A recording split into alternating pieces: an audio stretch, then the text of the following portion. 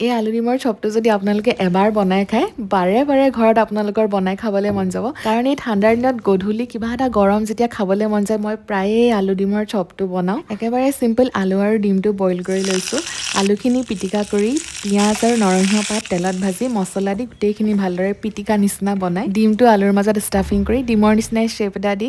আন্দা আৰু কৰ্ণফ্ল'ৰৰ এটা স্লাৰি বনাই তাত ডুবাই ব্ৰেড ক্ৰাম্পছ ঘৰতহে বনাই লৈছোঁ ব্ৰেডটো মিক্সিত গুড়ি কৰিলে ব্ৰেড ক্ৰাম্পছ বনি যায় বজাৰৰ পৰা বেছি দাম দি নিকিনিলেও হয় ব্ৰেড ক্ৰাম্পছ আৰু কৰ্ণফ্ল'ৰ যদি নাথাকে বেচনত ডুবাইও ভাজিব পাৰে দুইটাই সমানেই টেষ্টি হয় খাবলৈ ভাজোতে খালি গেছটো একেবাৰে ল' ফ্লেমত ৰাখি গল্ডেন ব্ৰাউন হোৱালৈকে ভাজিছোঁ আৰু মই ছেম আলুৰ ষ্টাফিঙেৰে ব্ৰেড দুখনৰ মাজত ভৰাই ব্ৰেড চপ বনাই দিওঁ খাই ভাল লাগে এনেদৰে যদি আপোনালোকে আৰু হেল্ডিকৈ খাব বিচাৰে তেতিয়া এয়াৰ ফ্ৰাইও কৰিব পাৰে মই এটা এয়াৰ ফ্ৰাই কৰিছিলোঁ খাবলৈ দুইটাই ছেম টেষ্ট আহিছে খালি তেলত ডিপ ফ্ৰাই কৰাটো অকণমান ফ্ৰাইৰ টেষ্ট এটা আহে আৰু এয়াৰ ফ্ৰাই কৰাটো অকণমান ড্ৰাই নিচিনা হয় কিন্তু সেইটো হেল্ডি অপশ্যন হয় দুইটাই খাবলৈ টেষ্টি হয় সন্ধিয়া ৰাস্তাৰ কাষৰ ষ্টলবোৰত গৰম গৰম ঘুগুনিৰ লগত আলু চপ ডিম চপ এটা ভাঙি দিয়ে যে গৰমে গৰমে খাই ভাল লাগে আপোনালোকেও সন্ধিয়া গৰম চাহকাপৰ লগত এনজয় কৰক বহুত ভাল লাগিছে বহুত বনাই খাব আপোনালোকে